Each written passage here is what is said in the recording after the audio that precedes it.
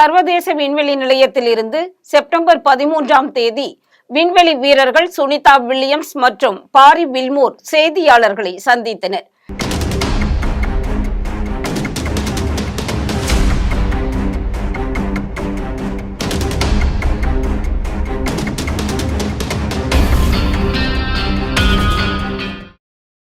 கடந்த ஜூன் 5ஆம் தேதி அமெரிக்காவின் புளோரிடா மாகாணத்திலிருந்து நாசா மற்றும் போயிங் நிறுவனம் இணைந்து போயிங் ஸ்டார்லைனர் எனப்படும் சோதனை விண்கலத்தை விண்வெளியில் இருக்கும் சர்வதேச விண்வெளி நிலையத்திற்கு அனுப்பியது.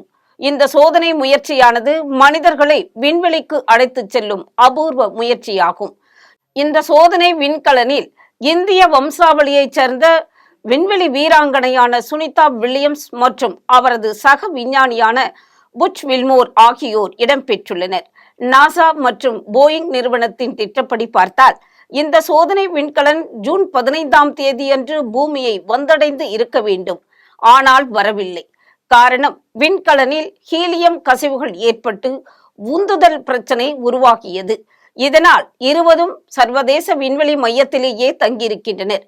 இந்நிலையில் நாசா பல்வேறு மீட்பு முயற்சியில் இறங்கி இருக்கிறது. நாசா கூறுவதை வைத்து பார்த்தால் அந்த விண்கலன் 2025ஆம் ஆண்டின் பிப்ரவரி மாதம்தான் பூமிக்கு வர வாய்ப்புள்ளது. அதாவது கிட்டத்தட்ட 300 நாட்களுக்கு மேலாக விண்வெளியிலேயே தங்க வேண்டிய நிலை ஏற்பட்டிருக்கிறது.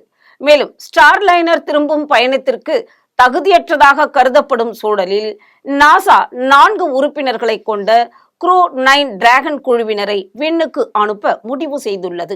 இந்த மிஷன் ஸ்பேஸ் எக்ஸ் க்ரூ 9 என அழைக்கப்படும் நிலையில் அந்த விண்கலத்தை செப்டம்பர் 2024 ஏவி பிப்ரவரி 2025க்குள் வில்லியம்ஸ் மற்றும் வில்மோரை பூமிக்கு திரும்ப அழைக்க திட்டமிடப்பட்டுள்ள நிலையில் விண்வெளி வீரர்கள் சுனிதா வில்லியம்ஸ் மற்றும் பாரி வில்மோர் செப்டம்பர் 13ஆம் தேதி அமெரிக்க நேரப்படி 2:15 பிற்பகலுக்கும் இந்திய நேரப்படி இரவு 11:45க்கும் சர்வதேச விண்வெளி நிலையத்திலிருந்து நாசா விண்வெளி நிலையத்தில் செய்தியாளர்களை சந்தித்தனர்.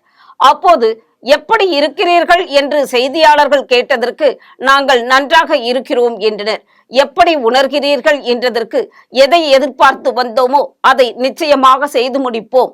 மிக நல்ல முறையில் ஆராய்ச்சி சென்று கொண்டுள்ளதாக கூறினார்கள்.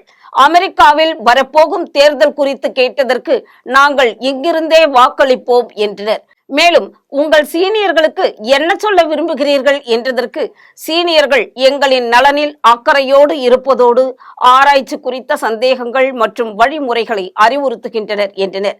அது மட்டுமல்லாமல் மக்கள் மற்றும் ஊடகங்கள் உலக அளவில் மிக பெரிய ஆதரவு எங்களுக்கு தெரிவிப்பதும் மிக்க மகிழ்ச்சியை ஏற்படுத்துகிறது.